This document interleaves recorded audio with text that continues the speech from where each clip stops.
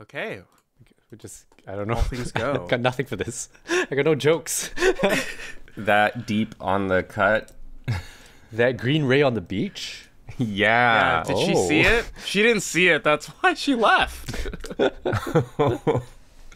I'm Wilson Lai. I'm Benjamin Yap. I'm Eli Sands. I'm Natalie Ng. And you're listening to Deep Cut.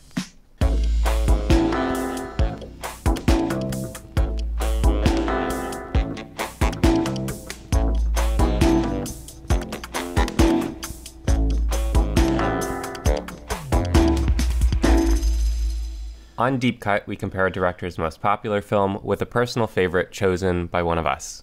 We also discuss that director's life and career to bring context that helps us view their movies as they may want us to. If you're enjoying the show, please remember to give us a rating and subscribe to us wherever you listen to podcasts, as this will help others discover the show. On Apple Podcasts, you can leave us a review, or you can comment on our episodes directly on Spotify. You can keep up with us at Deep Cut Pod on Instagram, Facebook, and Letterboxd, and on TikTok at DeepCutPod_film. If you want to talk about this movie with us, you can come message us on our Discord server. And if you're a big fan of the show, we also have a Patreon if you want to help support us. Click the link in our description or go to deepcutpod.com to find our Patreon, Discord, and all the other socials we've mentioned here. So before we begin our discussion on That Day on the Beach, directed by Edward Young, please be warned that we will be going in depth and that this will be a spoiler-filled discussion. But if you don't mind spoilers anyway, you can feel free to continue listening to us talk about this movie. So today we are joined by a friend of the pod, Natalie Ng, to discuss Young's debut feature film, That Day on the Beach. So Nat currently works at the Asian Film Archive in marketing and communications, but correct me if this has changed, if that's the correct title. All right. And recently, at the time of the recording now, which is December, because I think this will come out in April or March next year. So it's not that timely, but yeah. Recently, the AFA hosted this Edward Young retrospective, and they showed all of Young's works, including some like legit deep cuts, including his early TV work, as well as In Our Time, the anthology film where he first kind of made something for the big screen. Yeah, and there was also a very nice physical exhibition outside the Oldham Theatre about Young and his work, with some memorabilia, his hats, scripts, license plates. These are the things I remember, and like a nice little build-up. I'm so jealous. Wait, they literally had his hats? Yeah, like a hat. Yeah, it looks and so like, awesome. They did the Terrorizes face wall. They did the, what else they have? Cool. They did the poster with the balloons. Yeah. Oh, yeah. With Yeah, they had a Yang cut out, right? Yeah. It was very cute. Dude, if I was there, I would run. I would like take it and run. I would take the Yang cut out and run. Oh, Whoa, yeah. will one of you take it? Nat, will one of you take it? We were quite worried about that, actually. Yeah, but when it's done, maybe one of y'all will steal it. Not saying anybody did that on the podcast. Yeah, better be happy But- that I'm not in Singapore. Banned for life. So, I feel like every time we talk about movies or whatever, I learn like a lot of deep history about some niche thing that I know very little about. And I also know you're a big fan of Edward Young, so I'm really glad to have you on the podcast with us to talk about this film. And so maybe if you want to just introduce yourself a little bit, talk about the movies you are interested in, the kind of media you like, so that people get a sense of where you're coming from when you look at this movie. Oh, okay. Okay, yeah, actually that's a good way to start, because I think my reaction to the film is very personal. So yeah, and it aligns with like my film obsessions and stuff. So yeah, as mentioned, I work for the Asian Film Archive. My background is actually in design and a little bit of art, but I just really, really love cinema. So this was like kind of like a perfect job, because I went in like design, and then I went into like project management, and then I was like, Asian Film Archive, there's something for me. I'm just gonna join because I just wanted to work in Asian film. And then I also write for a website in Melbourne, because I studied in Melbourne, called Film the Ether. It's Melbourne based, so a lot of the festivals that they cover are like Australian based. Yeah, and then so recently I've been doing like quite a lot of interviews with like Japanese directors, and yeah, my obsession is currently a lot of Japanese cinema, like broadly. Ooh, drop some names. Yeah, what's the most recent director you talked to? Ryota Nakano. is one of them. And then Sho Miyake. Which is big. Yeah. I wrote So about that movie. Yeah, because I really loved his latest film, All the Long Nights. Because the first two I was quite okay with. Right. I quite liked it, but All the Long Nights really like blew me away this year. Yeah. Wilson and I are a little bit mid on that, but Yeah. if you want to start off on some tension. I really like small, slow but steady, or small, slow and steady. But I was not the biggest fan of All the Long Nights. All Long. It's okay. I like him. He made me $800. Thanks. Thanks, Joe. Yeah. Yeah, so that's one of my things now. But in general, I'm always like into queer cinema, especially queer Asian cinema, and then particularly queer Sinophone cinema. And then like period dramas, because this is just a lifelong obsession. Yeah. The big thing for you is like fashion and like costuming as well. Yeah, in fashion and films. costume design. Yeah. Because that really like my brain goes like, ooh. Yeah. Yeah. We can talk about the perm in this. I don't know. Yes, actually, I We had should talk that. about the perm. Yeah. Actually, I we'll have get that there. in my notes. Yeah, Yeah. we'll get there. Yeah, It's important. we will. It's Yeah. important. Yeah. will. So before we dig in, I asked you to join us to talk about Yang, and you chose this specifically to join us on because you felt like the others, maybe you were saying that people had already like spoken about them to death, and for some reason you were interested in this. Why is that? Why are you interested to talk about this movie? I mean, okay, because I've seen, before the retrospective, I'd seen Terrorizers, EE, and Brighter Summer Day. And I mean, my favorite is still Brighter Summer Day, and still is now. And so I hadn't seen That Day on the Beach, because one thing was I did see that it was almost 3 hours. So I was like, it took me, I was like waffling. And oh wait, and I saw Taipei Story before too, before the retrospective. So I was like, okay, I've put it off long enough. I'll just watch That Day on the Beach at the retrospective. And then the other ones that just got restored. Yeah, so when I watched it, it was quite different from what I expected. And all the other films is very, very different. And then, actually, this was even before I had seen the In Our Time and his Floating Beats, when I decided to do this thing. And then after I watched those, I was like, okay, yes, I really want to talk about this film, especially in relation to his early works, because it's very connected to his early works. And also because, especially from a women's point of view, it's like, I felt like this one has like the most, he's dealing a lot of like women's issues in this film that I felt like I could give some input in. I could give more input considering the three of us are yeah, idiots. yeah. Thank you for that. Yeah. Compared to the other films, which Something we can't they've been solve. written. Yeah. Now, I have one other framing question for you. Oh. How do you remember when you met Ben?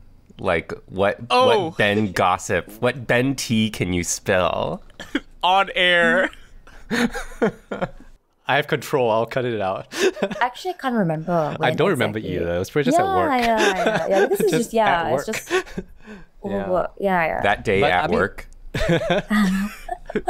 That day in the office. I don't Yeah, remember. it's not. It's. I really can't remember exactly the day. Yeah. It's like, and then even like the later on interactions is also. Yeah, actually, we interacted more after. Yeah, after I left Yeah, the yeah, AFA, yeah, which is yeah. quite interesting because Yeah. at the AFA we were in different departments, so we didn't Yeah. really interact that much, or we didn't need to interact that much for work. So it's at most like randomly when she's in the office because she gets to work from home and I didn't. Then like sometimes we'll get lunch together. Yeah. I just that remember kind we of talked thing. about Yeah. the Makanai. Yeah, but otherwise Yes, we never overlapped because our work literally like was zero relation somehow, Yeah, even though yeah. the office was 10 people or 12 people. Yeah. Well, it's always I'll nice just- to meet a fellow cinema kindred spirit. Yeah. We've been really Yes, is. yes. because the yes. festival was just recently. We've been like seeing each other a lot, watching festival movies. Yeah, because we which has watched been a lot really of the nice. same Yeah. stuff. Yeah. Okay, let's talk about the movie and not about me. No, let's do it more. Let's go into No. a 2.5 hour flashback into Ben and Nat's friendship. No. So maybe we just started with like general reactions to this film, or Yeah. since we're here, I'm just gonna give a synopsis of the film, then we'll just go right into it. Sure. So, That Day on the Beach, is from 1983. It's Edward Young's narrative debut feature film. It is 2 hours and 45 minutes long. And notably also Christopher Doyle's first narrative feature that he worked alongside another bloke called Chang Hui-kung. Yeah, so that's another notable thing about this film. And it also has a little cameo from Ho Xiaoxian with a small little role. Yeah. So this film is about two friends, Jia-li, played by legend Sylvia Chang, and Wei Ting, played by Terry Hu. They haven't seen each other for 13 years. They reunite when when Wei Ting, who is a pianist, returns to Taiwan for a show. They reunite and they kind of catch up. And essentially what happens is Jia-li tells what has happened to her in the 13 years preceding up to the day that her husband disappears, allegedly, on the beach. Therefore, that day on the beach. And that's kind of like putting it very succinctly, because she essentially goes through her entire 13-year personal history, getting married, going into this marriage, how it struggles, and the strained relationship that they have. And there's a bunch of other details as well, which we might get into as we talk about the film. I'm not going to go into them right now. Yeah.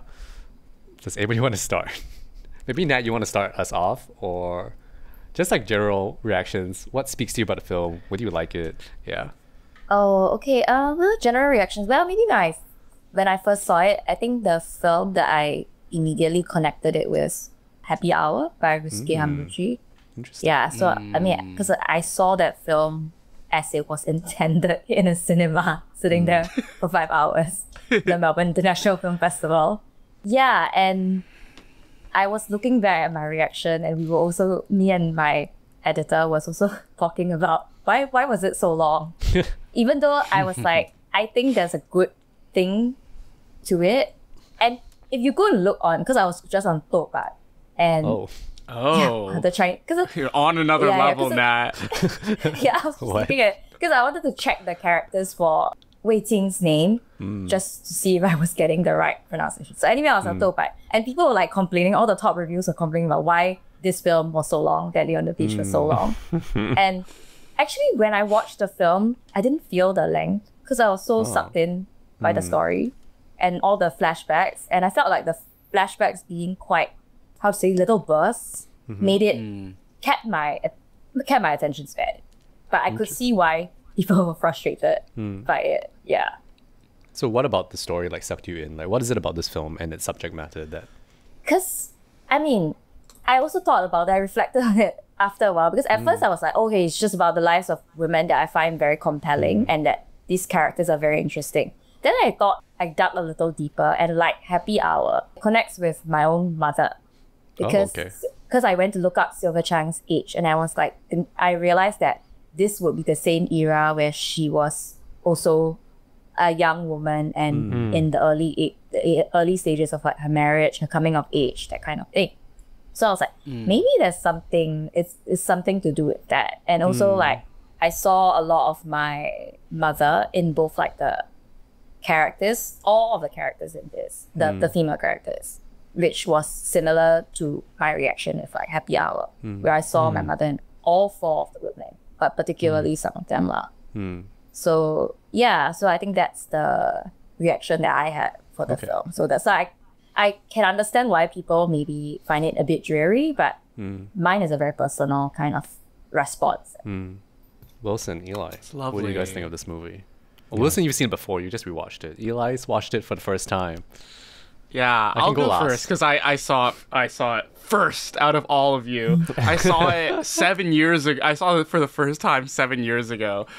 Oh, wow. And they were screening a 35 millimeter print of this, which very, very rarely happens in Hong Kong. Like, I've probably seen I can count on one hand the amount of times I've seen a film print in a cinema in Hong Kong. So I was like, I have to go to this. And it was just an incredible experience, because at that time the restoration had not come out, so I was not looking for this movie online, because I was like, I don't want to watch it in poor VHS rip copy. Man.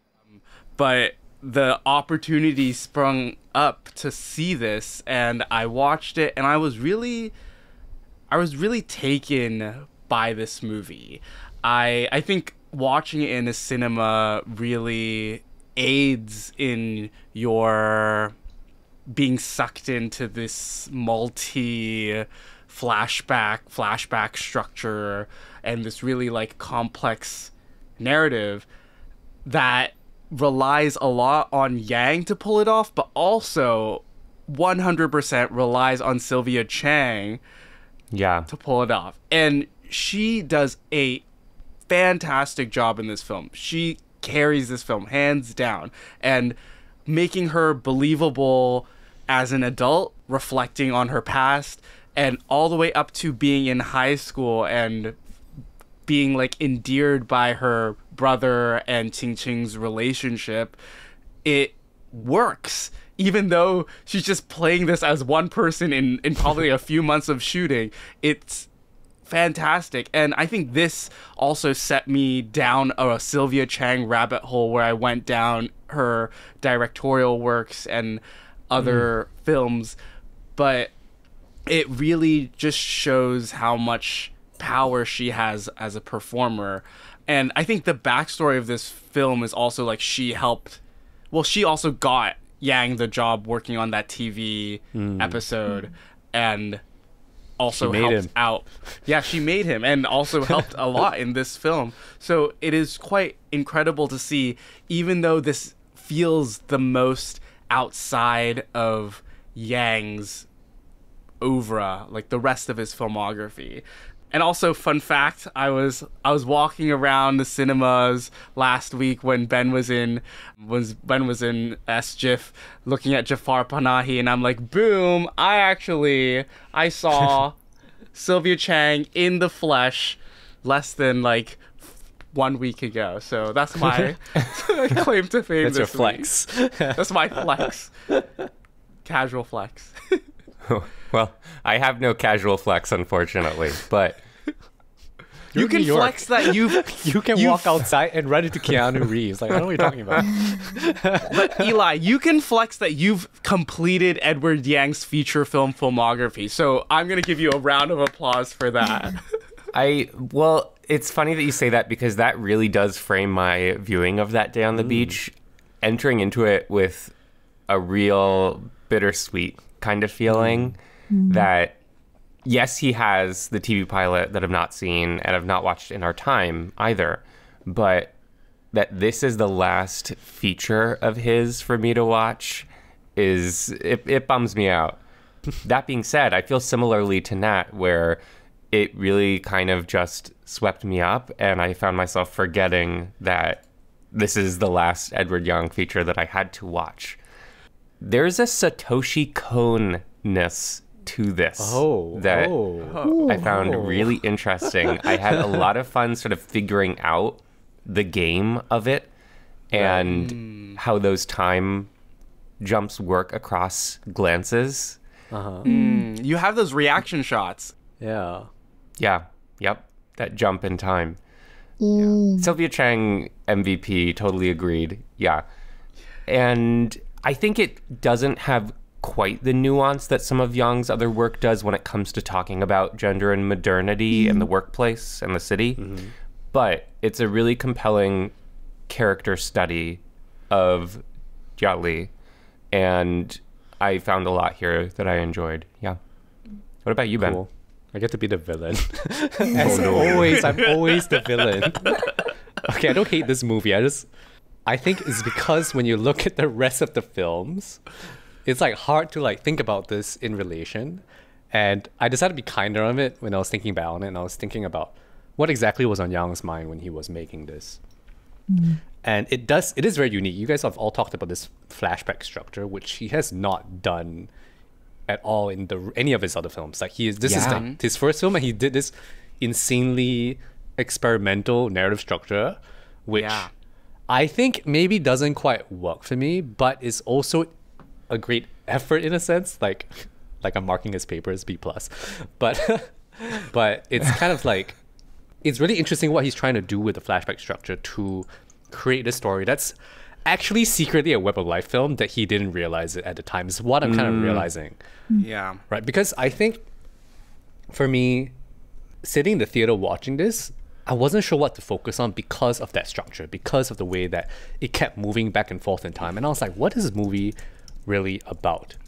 And for a long time, I was holding on to Qing-qing's story, and I realized that actually Qing-qing is so unimportant to the story that I think I Trojan confused horse. myself. Yeah, it really confused me. I was like, what are we doing with the other woman that's supposedly important to the story? But she's actually not at all important to the grander story. She's more of like a supplement to it or a frame to it.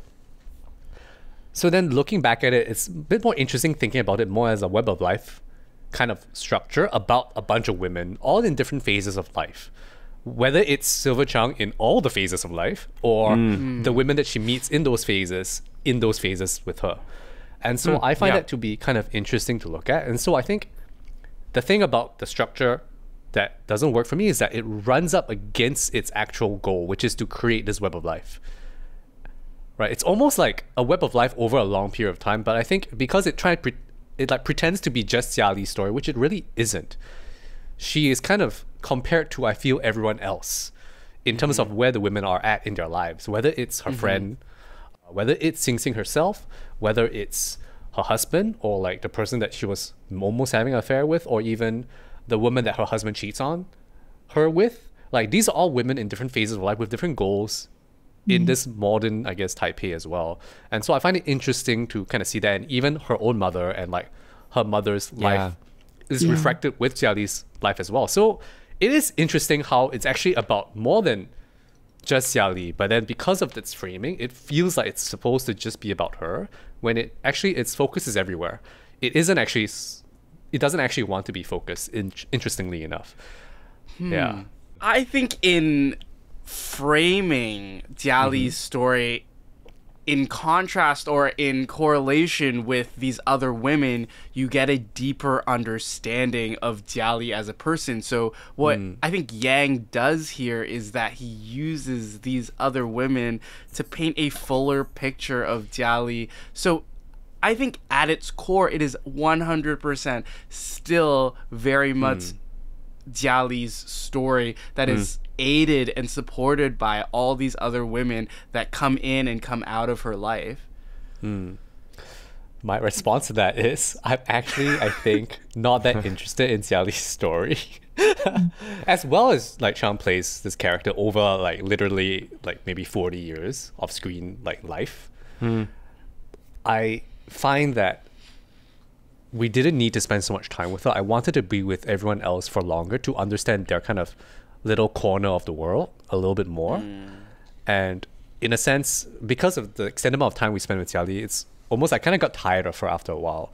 I was like, wanted more from everyone else. So I think it's because it's filtered through my idea of young cinema, which is like, you think of a Yi or a Brighter Summer Day, like Brighter Summer Day, yes, it's kind of, you know, what's the character's story?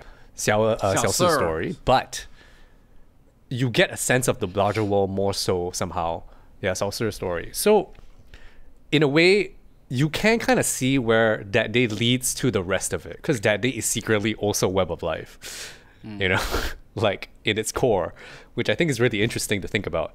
Yeah, so maybe just to like illustrate the flashback structure, which is one of the most interesting formal things about it. Like you have the meaning of the women, they talk, and then flashing back to Jia-li's life leading up to the day, as well as flashbacks to the day, as well as flashbacks within her flashback to her childhood, as well as flashbacks from that day from outside, which is her husband's friend's recollection of another event. And also like within these flashbacks, people tell stories of the past. And then it's not like it's extremely complex how these flashbacks flashback from each other into each other. Like it's wild. Like it's a wild thing that's going on here. So I don't know what you guys want to talk about in this. Yeah, you know what it reminds me of? Yes. We've talked about 3 directors now whose first feature is pretty wildly different from the rest of their filmography. It's Yang in this structural choice and the editing choice of flashing back across a shot reverse shot. It's Asghar Farhadi in Dancing in the Dust, which is like an adventure comedy almost, very different from his other work. It's like high concept. And Koreeda, because Maboroshi is very stylistically composed in a way that his later work sometimes is, but is a lot quieter about. I'm trying to think of a question. I actually like all those. I like all those films. I do too. Maboroshi is my favorite creator still. Same here. Same. You have a Yeah, friend with yeah, these yeah. two and not me.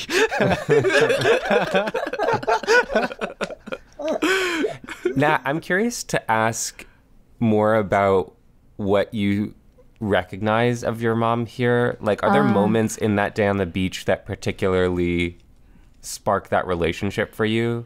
Yeah, so actually what was Ben saying about that he didn't want to spend time with her. Yeah, but I think that's actually the whole point, that she comes across as this maybe not as interesting as the other characters, and even I don't know, just in terms of cinema in general, like as a female character. But I think that's the whole point that he wants to make, because I did watch his earlier works, and because the stylistic choice of the structure is still very different from his earlier work, which is much more like conventional. Like it just follows you through one in a chronological manner.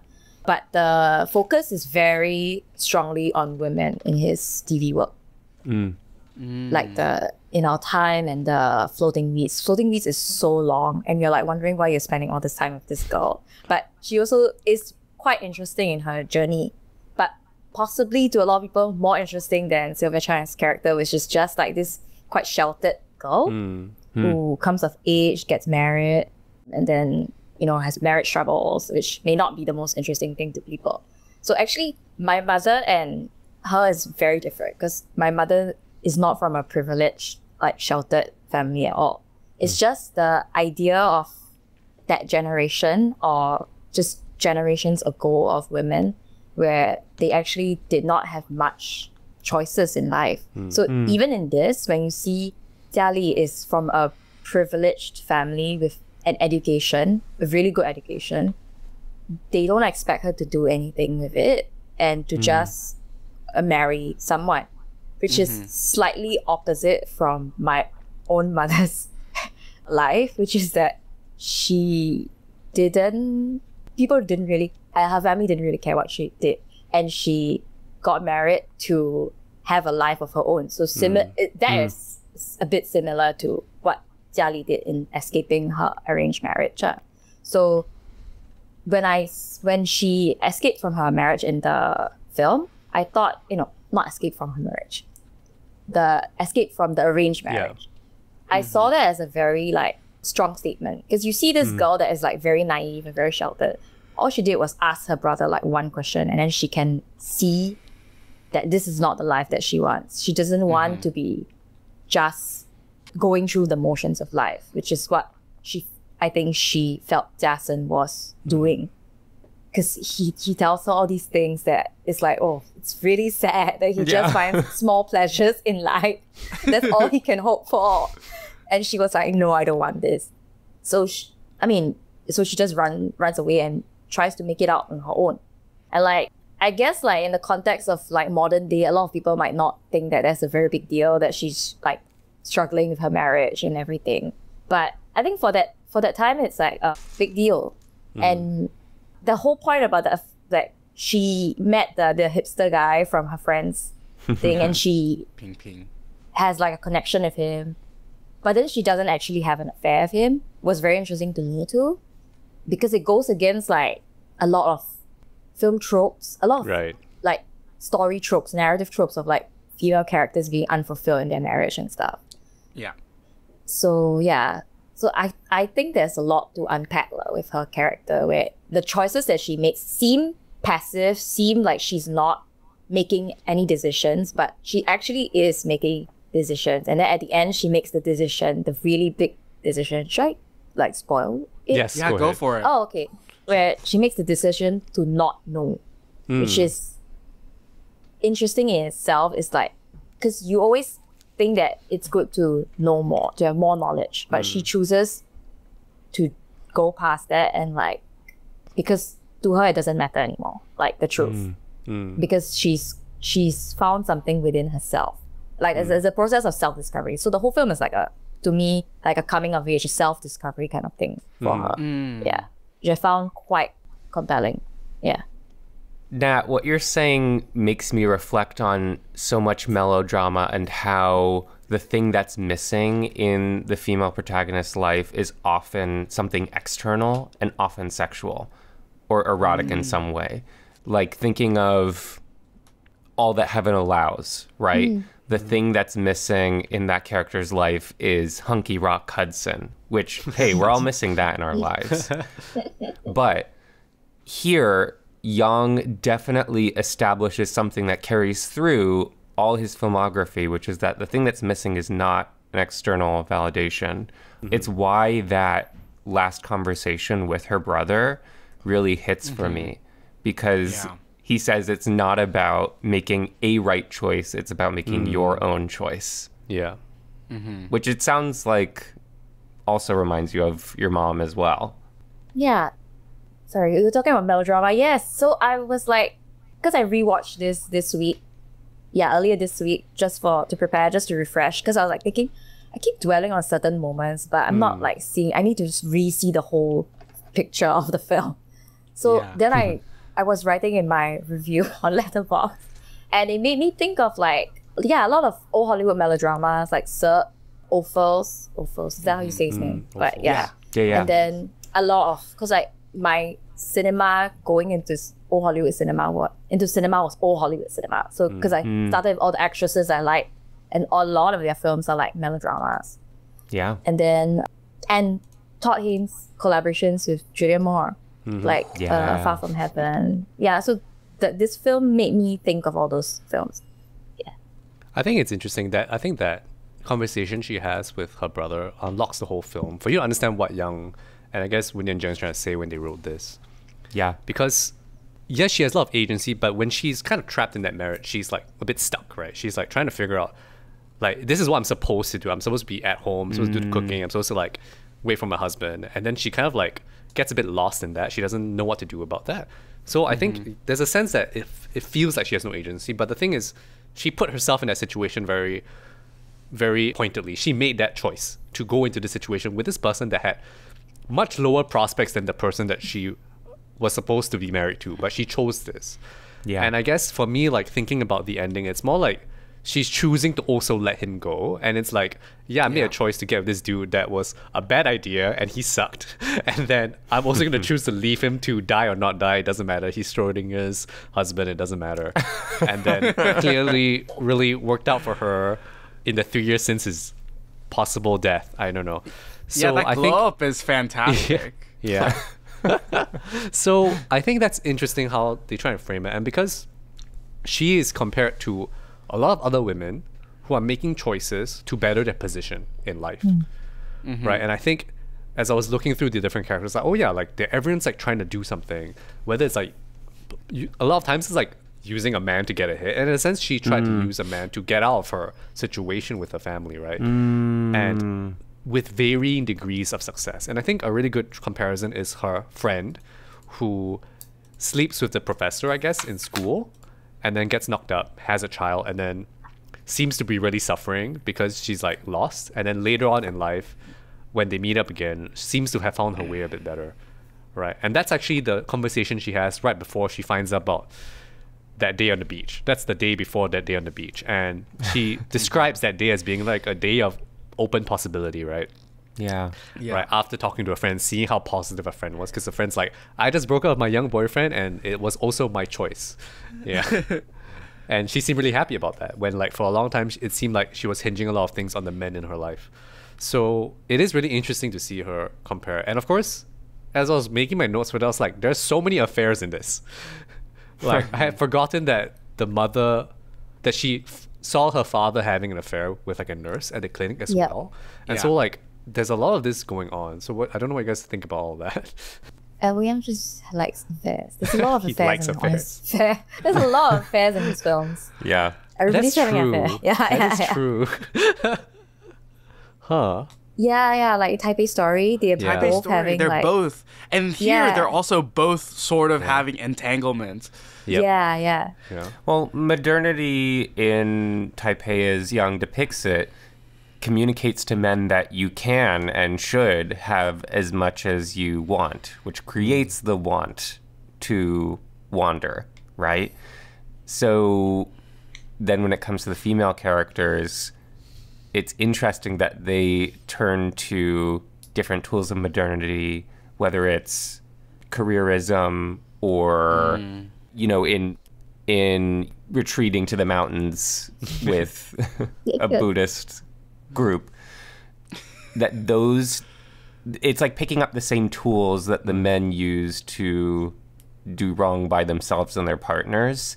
And here, Yang presents that as a solution in the end and something that ultimately inspires Wei Qing in that final shot. I think Yang achieves more nuance in later movies by having a bit of ambivalence about that. Like the ending of Taipei's story. Yeah. Spoiler, the female lead there goes after her career and it seems to be a promising direction, but there's a lot of like kind of background hesitation about that. Yeah, I remember when I was rewatching Taipei Story at the retrospective, I was telling the programmer, who's also called Natalie, I was like, the ending's actually really sad. I told her, I was sick, because she's like, and not just because of Ho Xiao-hsien's character, it's the fact that she's like a girl boss. She's now girl bossing in capitalism in an American company, which I found very dour. Yeah, really? I found it very sad to me. And then I was like, this ending, oh no. So she told me, she was like, well, the ending for That Day on the Beach is pretty much exactly the same. The man is absent or disappeared or you don't know what happened to him. And then she's girl bossing.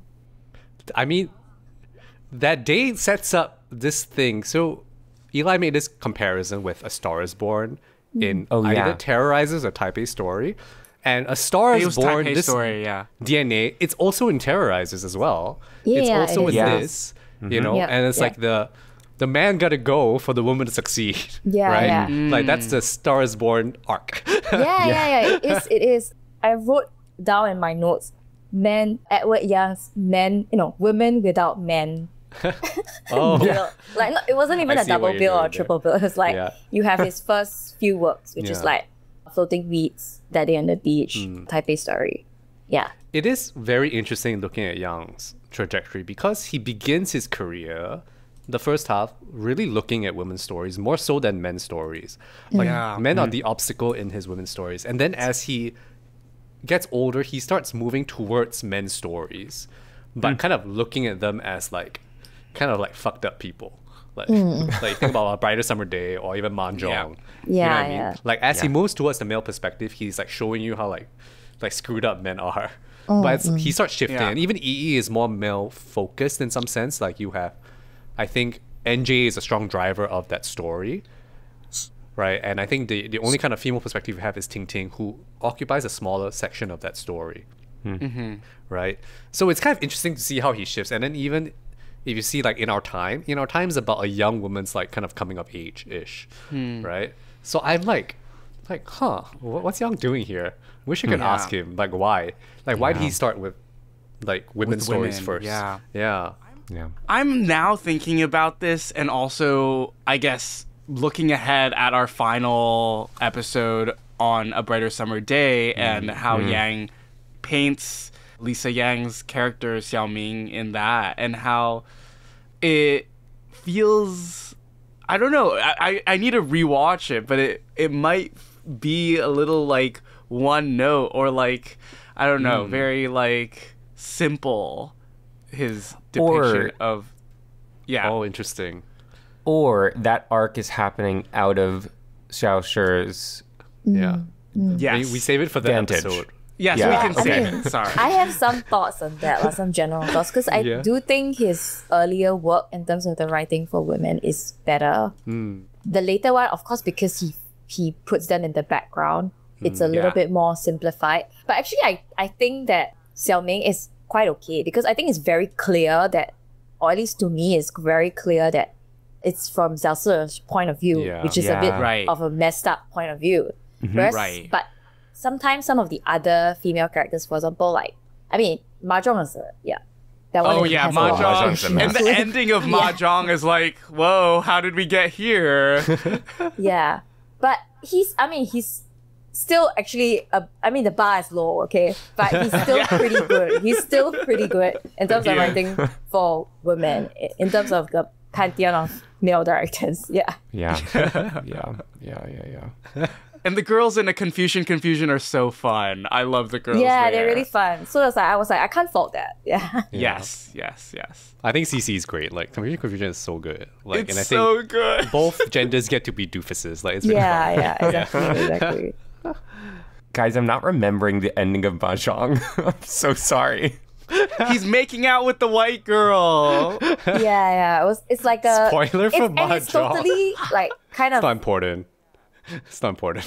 how to say, like a 180 from the whole film. Yeah. Yeah. It's a weird movie. Right. But I was Right, arguing right. how it really worked for me last episode. No, so to me it worked too. It worked too because the Okay. whole film was quite dark. So I Yeah. was like, I needed that. Yeah. We talked about it being a play for something a bit more audience friendly, I guess. Yeah, because he was moving into his like accessible era, right? From Yeah. like Confusion onwards, and Confusion Yeah. also like ends in a friendly way, you know? yeah. Like whereas like everything before that, it's just like let's just end with bad things happening, Right. Like all of them. Yeah, he was people are mellowing gonna- out. Yeah. He was Yeah. mellowing out. Yeah. I think it was a commercial play, is my feeling. And I think based on watching the In Our Times documentary, like he talks about it being kind of a commercial play, right? Especially when they compare him to Ho, who's like gonna continue doing his art thing, and Young's like, I'm trying to make money. Like he's also biting the capitalism bullet, and like, he's like, yeah, I'm doing this too. Yeah, and then like I can't remember if it was in that interview where he also talks about how like all my films break even, it's great. Oh yeah, he does. He says that. Yeah, he's like, I make money. I was like, oh, cool, dude. Good job. Yeah. The real girl boss was Yang this whole time. But that actually is interesting because he puts his ambivalence about capitalism into works that are making money. Like that's pretty complicated. It's smart because it's- we're all living in nuanced. capitalism, so we're Yeah. interested Yeah. in stuff that's about And capitalism. it's not so pointed. Yeah. His commentary about capitalism is not like knock you over the head. It's quite interesting. It's like, for example, it Yeah. really works in Taipei Story and in That Day on the Beach, where I mean, Yeah. for a lot of people, it's like she's going to girl boss. They love it. For Yeah. me, I interpret it as it's a bit sad that Yeah. the way out is girl bossing. Yeah. Yeah.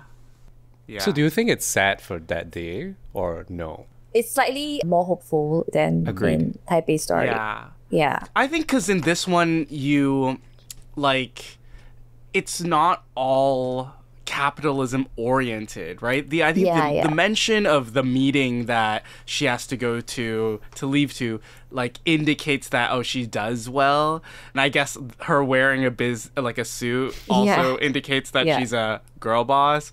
Yeah. But I was also thinking about like maybe the very rich social life that she could have had in the 3 years that we didn't get to see, and that coupled with that Qing-qing voiceover that goes over that tracking shot of her walking at the end makes it a very like hopeful ending for Jia-li's personal life after that day on the beach.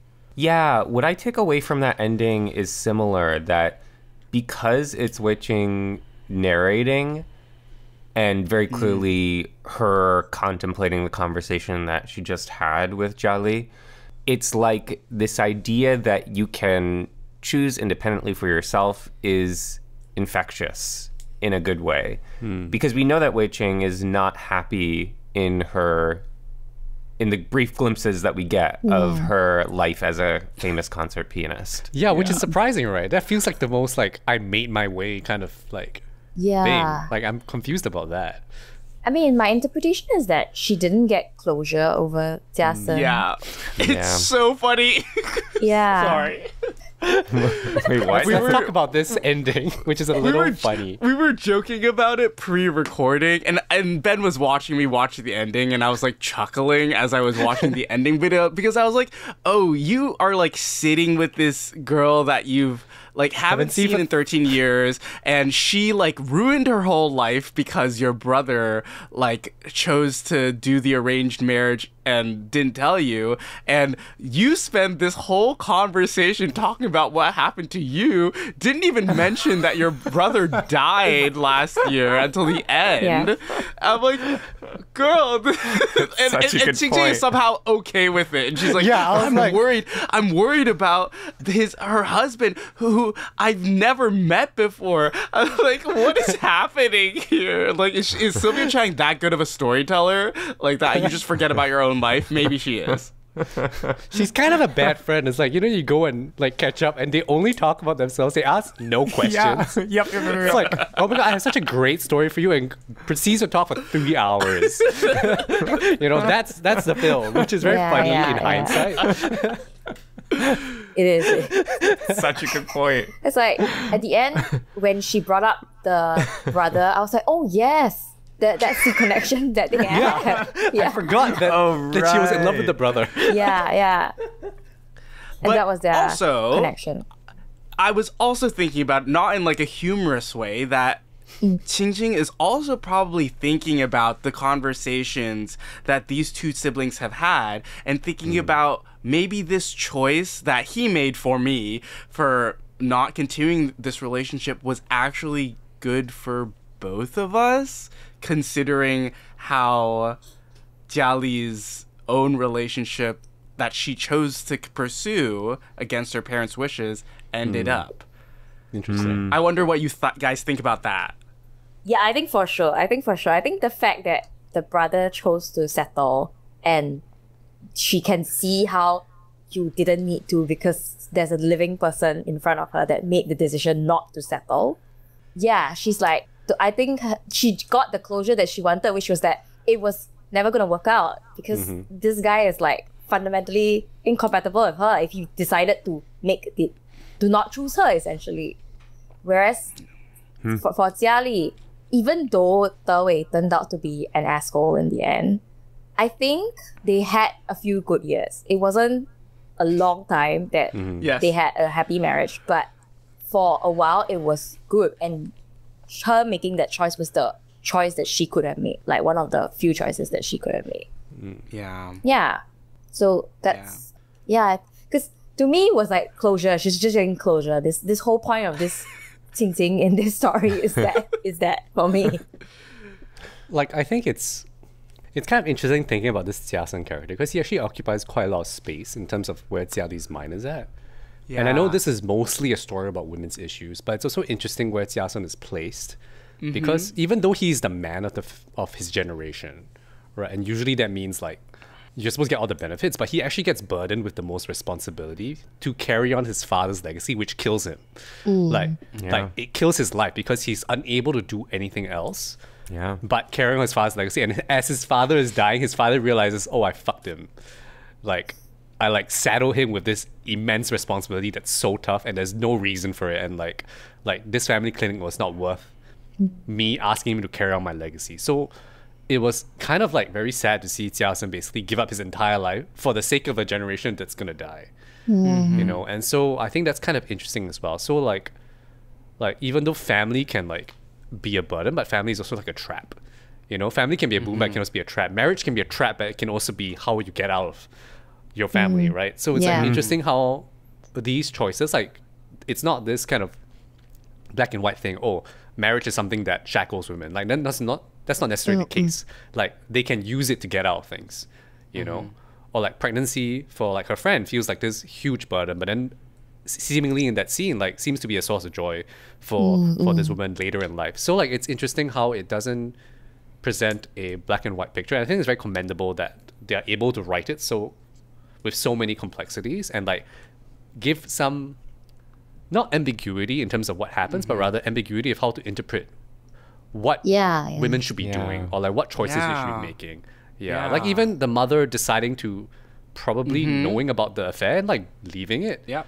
You know, and she makes a choice. Like she's not like, I'm in this because I I have no choice. I'm like, I choose to stay in this relationship with this man who is cheating on me with these nurses. Although Yeah. that scene is actually quite chilling when I was rewatching, because Which the scene? Yeah. the scene of mother, the mother, Jia-li's because the mother, mother yeah. dismisses the nurse, Mm-hmm. which was like horrifically similar Yeah. to a scene in House of the Dragon, where Okay.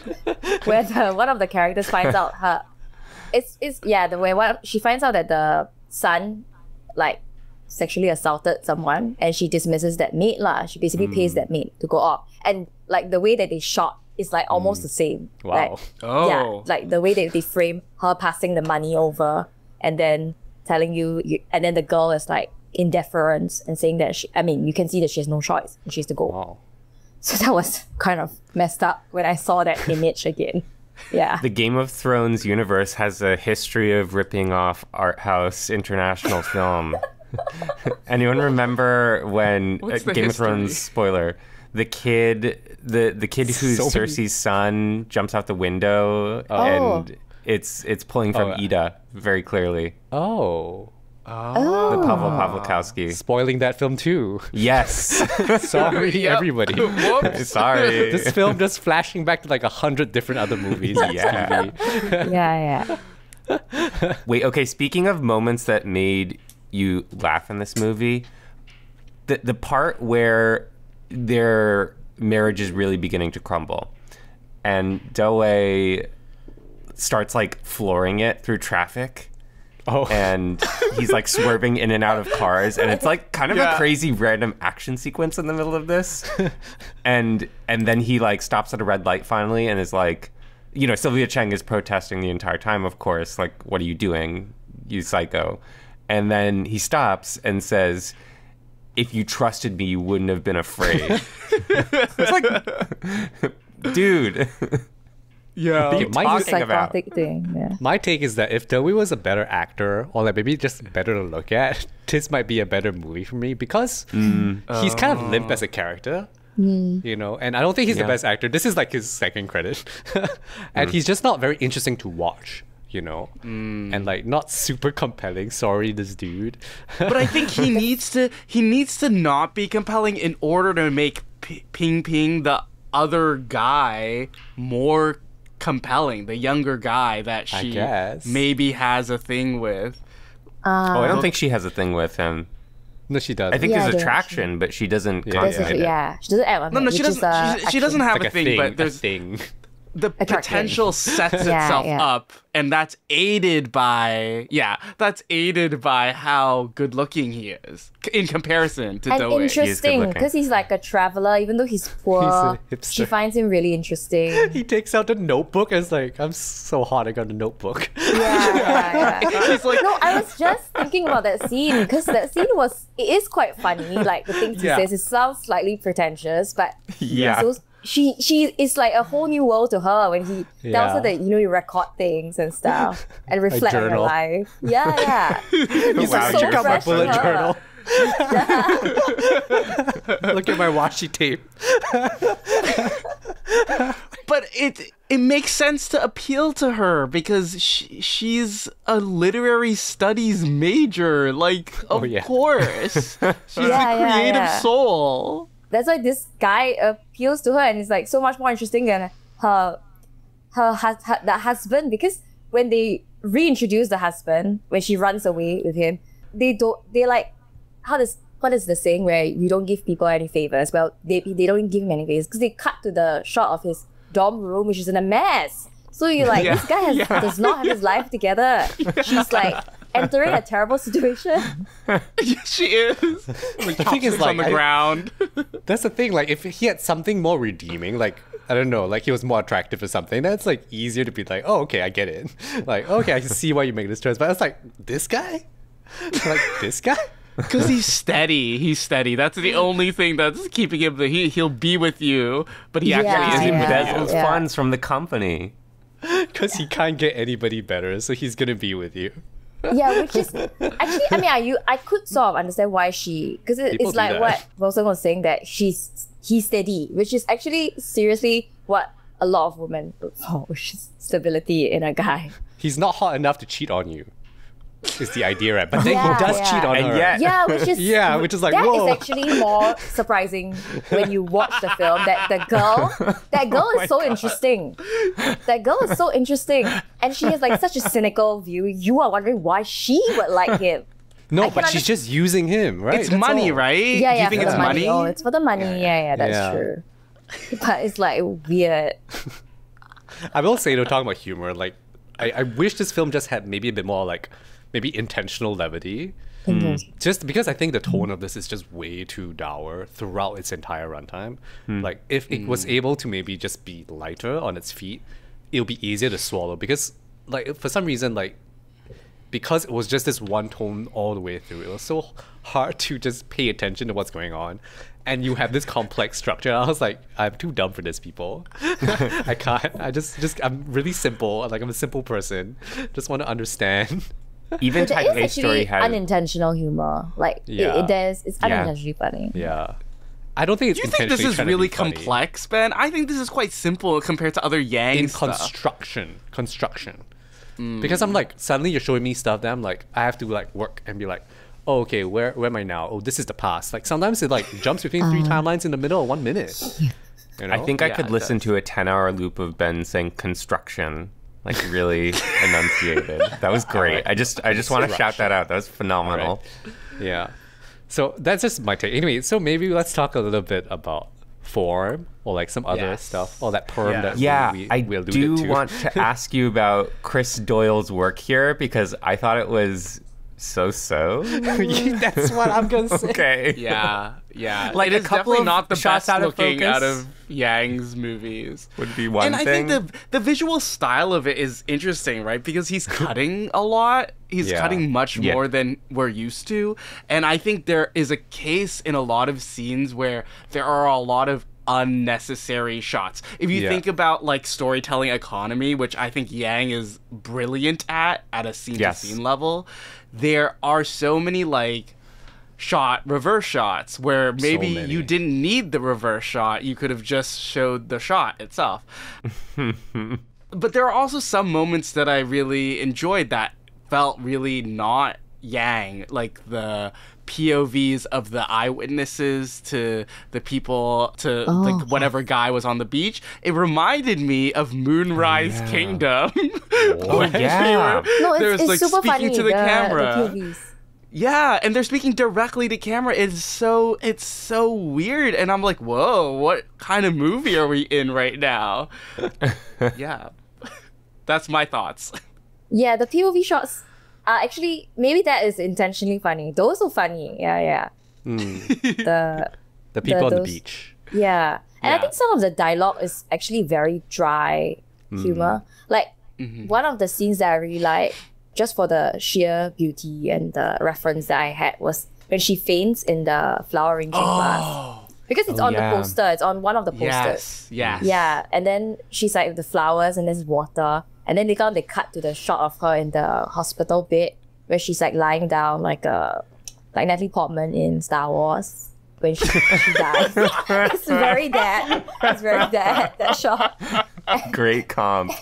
And like, so I mean, the reference that I had was Ophelia, which I'm pretty sure Yes. that was what Star Wars was trying to Yes. do too. Oh my god. And then yeah. she goes on this entire like, she doesn't let De-wei really talk. She just goes on this monologue, which is very sad but also very funny at the same time. Because she was saying that, oh, marriage is supposed to bring people together, but I feel like all we do is never see each other. And Yeah. then the only day that we have is Sunday.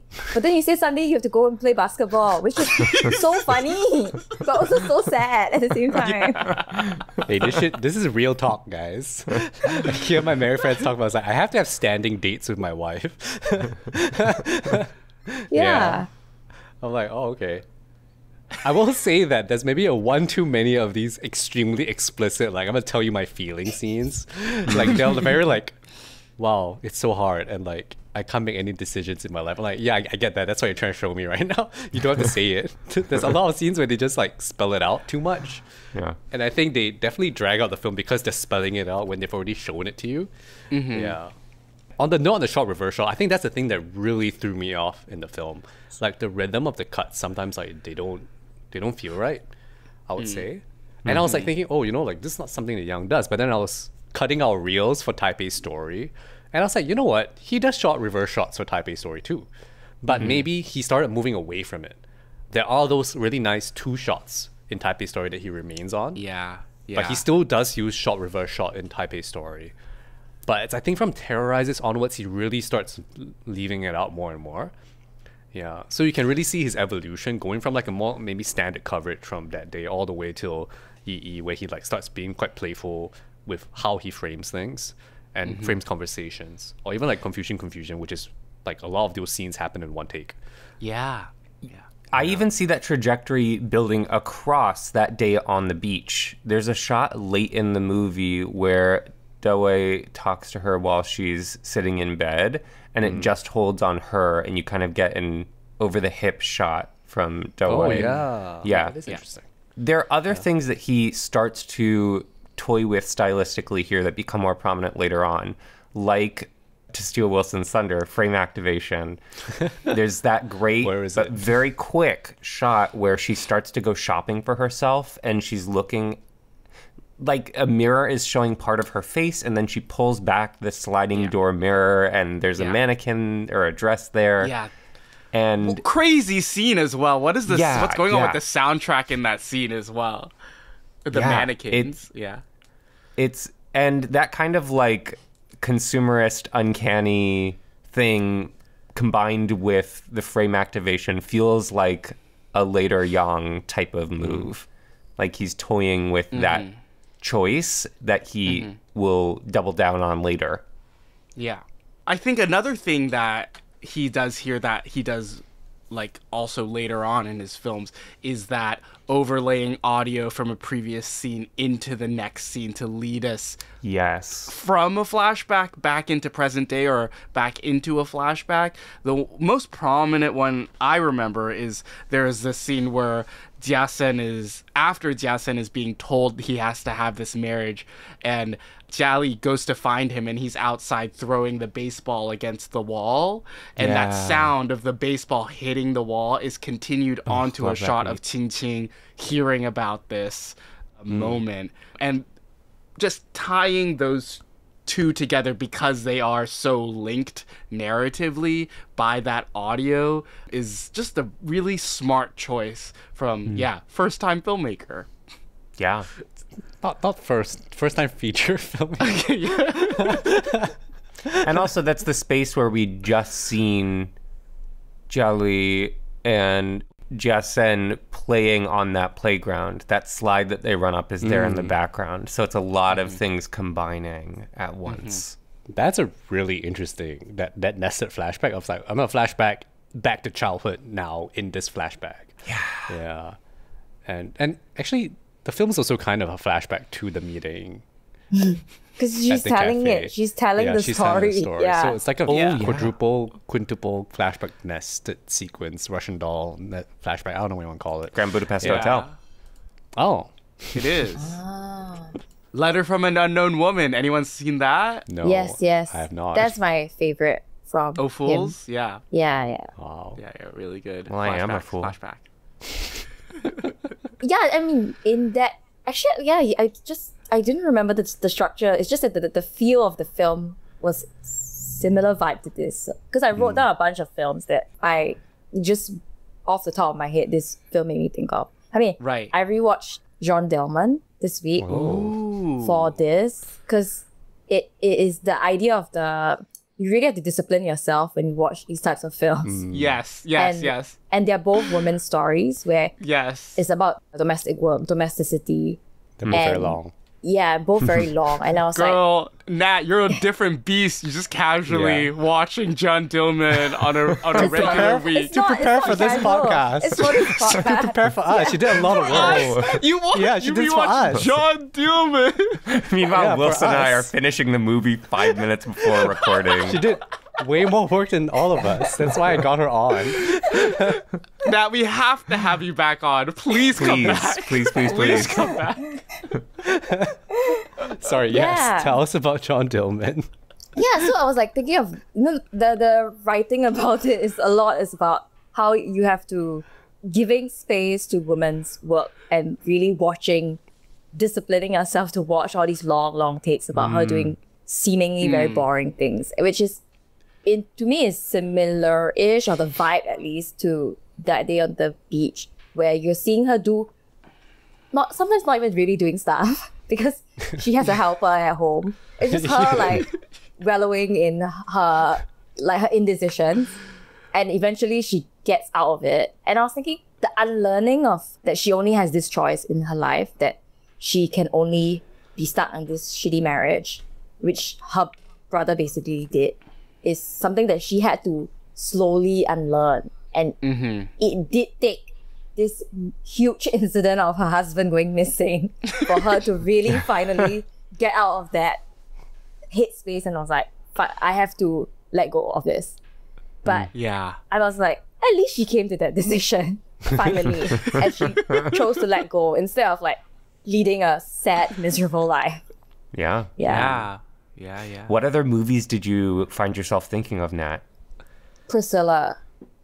Oh. Because I was that's partly because I was listening to the movie podcast on like Priscilla, and they were talking about, because I'm okay only about Priscilla, but it also has the whole idea of like gilded cage kind of trap, being trapped in a cage of your own choosing, because it's like she chose, but she's also really young in that film. She's a teenager, so she kind of didn't really choose because she didn't even know who she was. And she only finds herself after she leaves Graceland. So this is also similar, where she finds herself after she leaves the marriage. And actually before she was in the marriage, she had a stronger sense of herself than when she was inside the marriage. My thing with Priscilla is that it's a shame we don't get to see who she becomes after the movie chooses to end. Yes, exactly.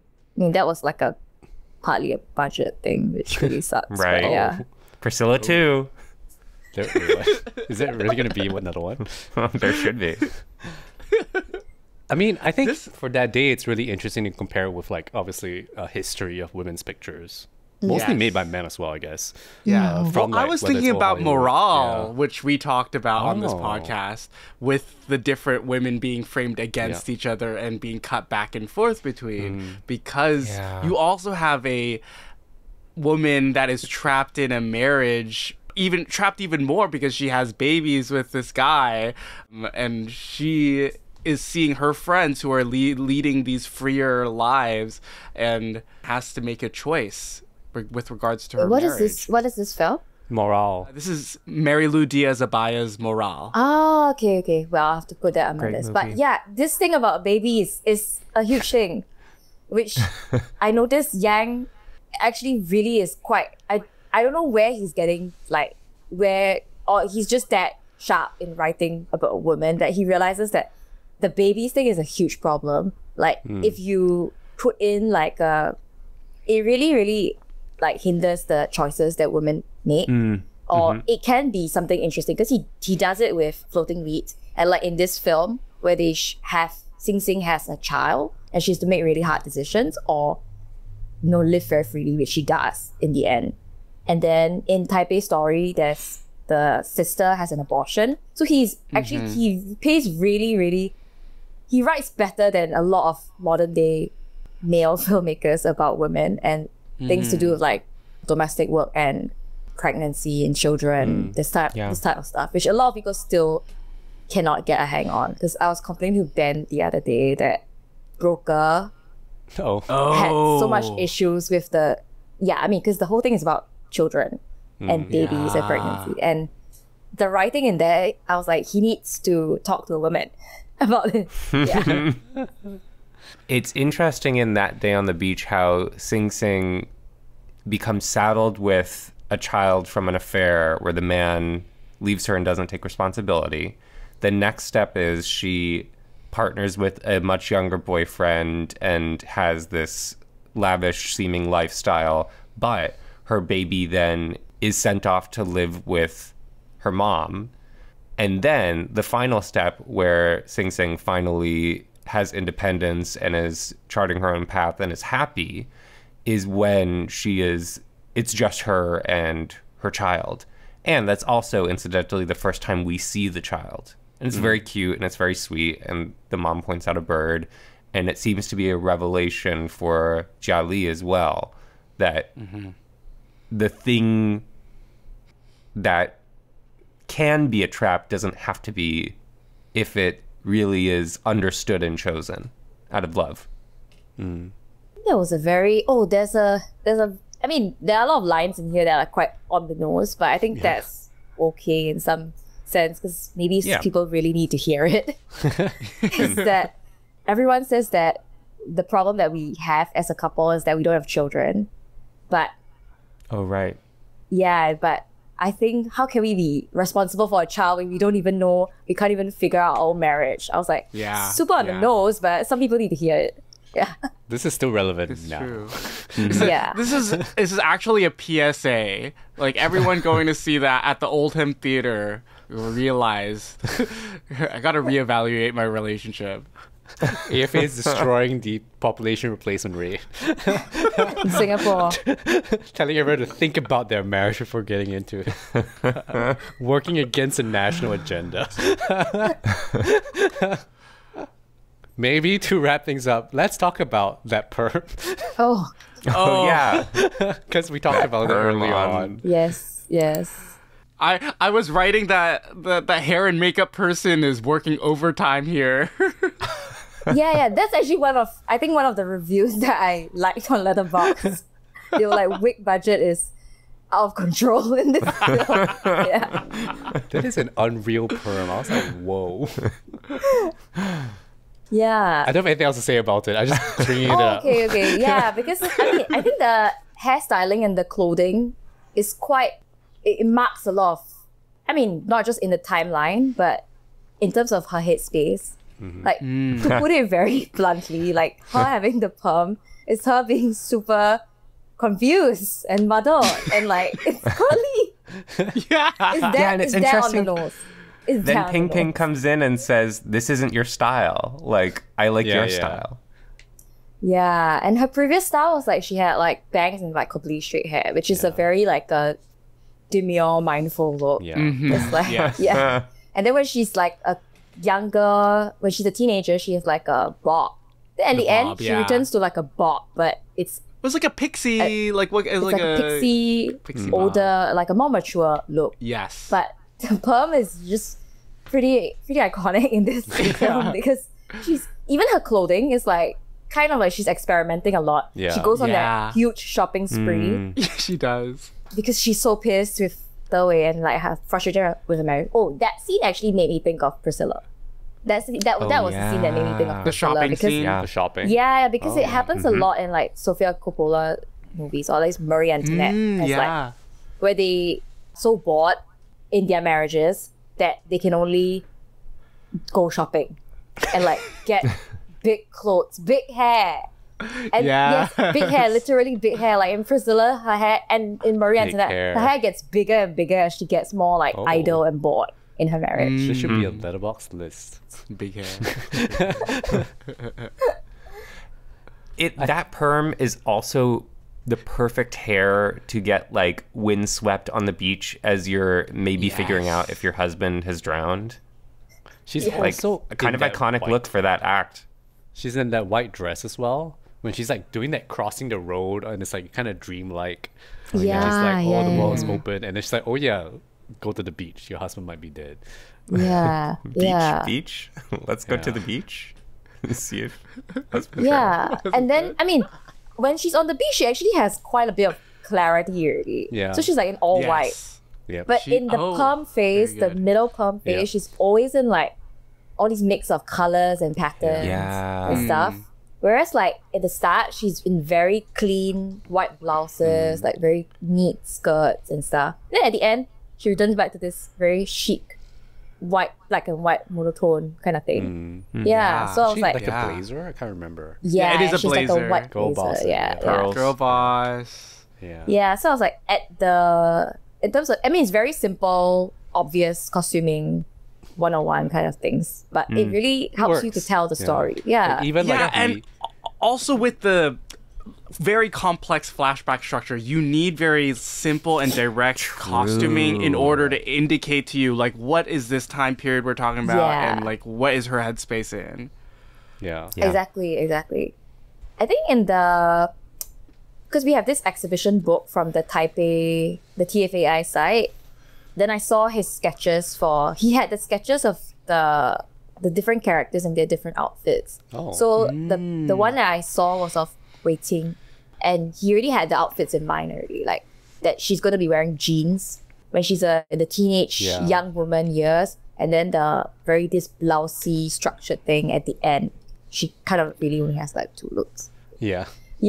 But it's like he really thought everything through, which I was like, wow, it's not even up to the costume designer. He already had this silhouette in mind for all of them, like all the characters. Yeah, man's a director, capital D director. Yeah. He's playing the 4D chess. For sure. Yeah.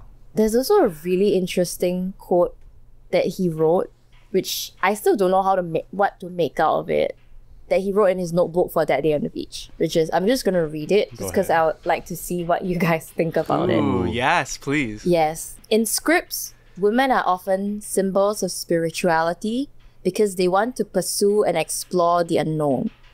Men are more practical, walking the known path and not taking risks. Whoa. That was like specifically in his notebook for that day on the beach. For this movie. Yeah, for this movie, which was like, that's an interesting way to put it. It's a little bit oversimplified, but about women. Yeah, I feel that. But I think when we were talking about his progression in his filmography, I was thinking about this earlier because I was like, okay, I think early on in his filmography, Yang has this thing where he's like, women are fascinating and confusing to me, and I need to like try to crack this code. And by trying to crack this code, I'm gonna make all these movies about women and try to figure out what it is about them. And then I think he figured it out, and he's like, okay, I'm gonna be making movies about angry men now after that. So I like it. This supports my opinion of my theory on that. Yeah, actually. What do you guys think? Yeah, because like when I was writing my notes, I was like, why didn't he make more films about women? Because it's so interesting. But actually, yeah, you could be right. He just wanted to figure things He's out. like, I don't understand movie. I'm gonna make movies about them. Like what? Yeah, I think it lands a bit differently for me. I find myself hearing that quote thinking of Laura Mulvey's writing about the male gaze as active and, equating the male with narrative within film and female being spectacle and passive and receiving the gaze in film. Young, it sounds like, is talking about how if the men have a path that demands they continue to make progress, continue to make more money, rise in the chain of command at work, go out there and do and achieve and conquer, that in a way, even though it is purportedly active, is its own set path and requires no deviation. If he's ascribing the woman's path as tending the home and being the recipient of that work that the man does out in the world, that is also its own kind of constriction.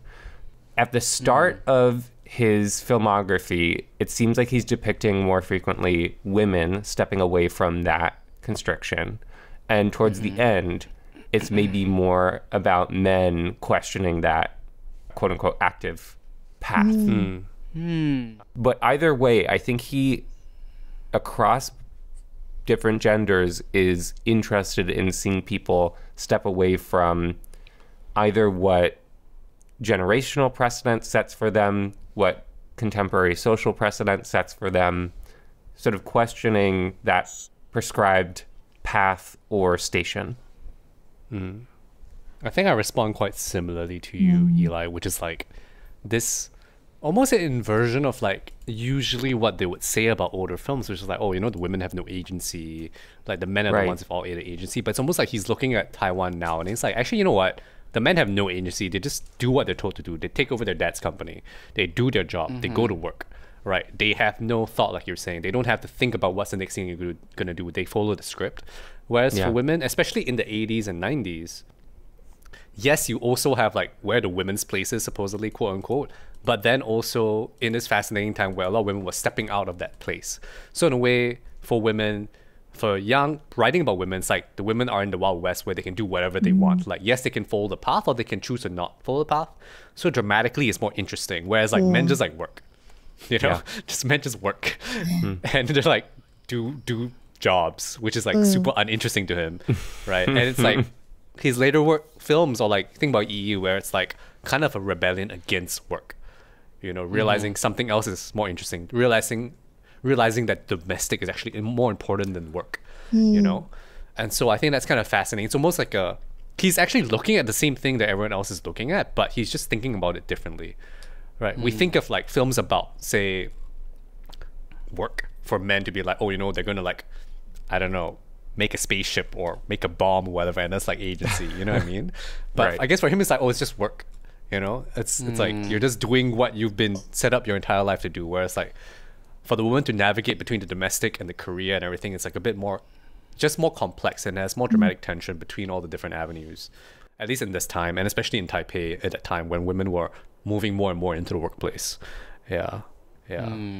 Yang's own biography is useful here as an analog for that, because he was going to become an engineer, right? He was, I think, an engineer. He was. And he stepped away from that to pursue filmmaking, which is a much less socially condoned path. But look at what he did. Yeah. He was a software engineer, because that was like the path. I think his parents also pushed him into it. Yeah. So then he watched Buddha Horizon. Right. He saw Giri, Wrath of God. And then he was like, this changed my life. I would need to go into the jungle. Yeah. The jungle of You're filmmaking. gonna buy a boat. Yeah. All right. Any last words thing about this? Yes. In addition to the Ho cameo, there is also an NJ cameo. Yeah, It's nice to see there it is. come In back. the office. Yep. Yeah. Yeah. Hey, and there's the guy that looks like you, Eli. I saw him. Oh, really? I missed him. We were joking on. this? Wait, is this episode out yet? Terrorizers. It's out. Yeah, it's out. Yeah. There's the guy that she has a relationship Miao. with. Cora Miao has a relationship with, like not the guy that she's married to, but he sort of looks like Eli, or Eli brought it up. Does that he? Eli sort of says looks he looks him. like him. So Eli's the one that told us. I don't think so. I don't know. He's Just gonna like find- make Eli Asian. Yeah, I'm but the finding guy this. is in this also. Yeah. Yeah, A lot of his yeah. regulars. It's quite fun watching his films, because it's like he just uses the same people over and over again. Yeah. The Yeah. young extended universe. Like I wrote that in the Young Extended Universe. Because the slimy friend, he's like in everything too. Yeah. No, does not look like you. Theory debunked. The final word on this: it does not look like you, Eli. He does Wait, not. we should post this. Did you post a side by side on Instagram? Put a poll on Patreon. Put a poll on it. Yeah. Does We this asked man Justina look to like just Eli change. Sand? Let's just change Eli. Let's just put the other guy on the cover now. That's really funny. For the Terrorizers cover. Like, Oh man. Oh man. all right. Thank you so much for coming on the podcast with us, Natalie. This was a great discussion, and thank you for all the references to so many other things that you brought into it. It was Yeah. really, really interesting. I actually Thank don't you, like Nat. to compare films, I hate bringing out other films. Why that are you doing it here? But I don't know why this one just had a lot of things going on. Yeah. I think because it draws from these different kinds of films that are drawing from the same things. Yeah. Melodrama, like the history of Yeah. melodrama. Yes. Thank you so much, Nat. I feel like, yes, your presence in this episode made this such a much more like lively conversation about this very, very deep cut pick. Like, we were not even gonna do an episode on this movie. I was against it. Before I saw it, actually, I was against it. I was like, the whole filmography, really? But we did it. It's only 7. It's like, yeah. It's only 7, and completionists will watch all the films and listen to all these episodes. Yeah. So Yeah, you guys better listen the to hope. this. He said at the end of the episode. That they didn't listen to. Yeah, Nat, totally agreed. Thank you for joining us. Really fun to meet you and talk with you about this movie. And thanks for sharing about your own personal connection to it. I really enjoyed hearing about that. Maybe before we wrap up, is there anything you want to plug? Writing? So you can find me on Letterboxd. My account is Wednesday Dreams.